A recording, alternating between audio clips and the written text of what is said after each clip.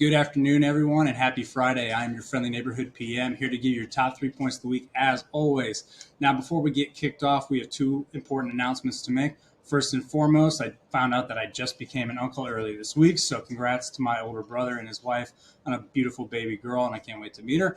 And secondly, most importantly, our fantasy team improved to 3-1 this past week, largely off the backs of Stephon Diggs and Josh Allen. Now I'm going to hope to extend that streak to 4-1, so I'll keep you updated next week on the same time.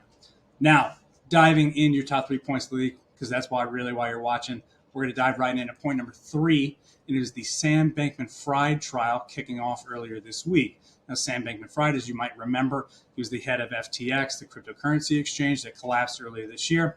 He is now facing charges ranging from wire fraud, money laundering, securities fraud.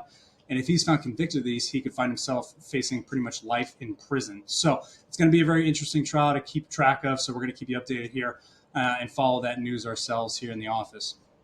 At point number 2, it was the announcement earlier today from ExxonMobil that they might be looking to acquire Pioneer Natural Resources. Now, this would be Exxon's largest acquisition, largest merger since about 1999, when they went ahead and acquired Mobil and became what is now known as ExxonMobil.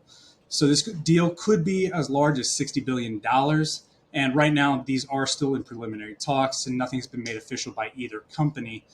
But only time will tell as to how that continues to progress. But if these two companies were to merge, that's going to really put together two of the largest shale producers by acreage in the Permian Basin in Texas. So that'll be a major player in that market.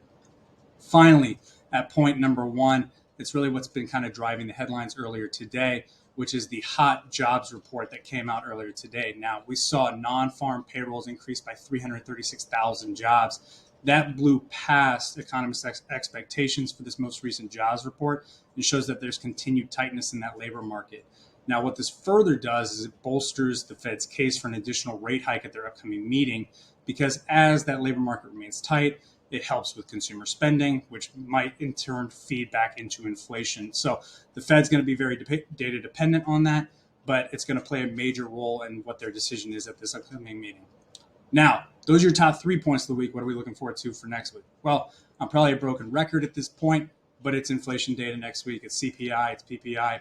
Now, this is going to kind of give us an indication. Have we started to see some reacceleration in inflation, both from energy prices and consumer spending?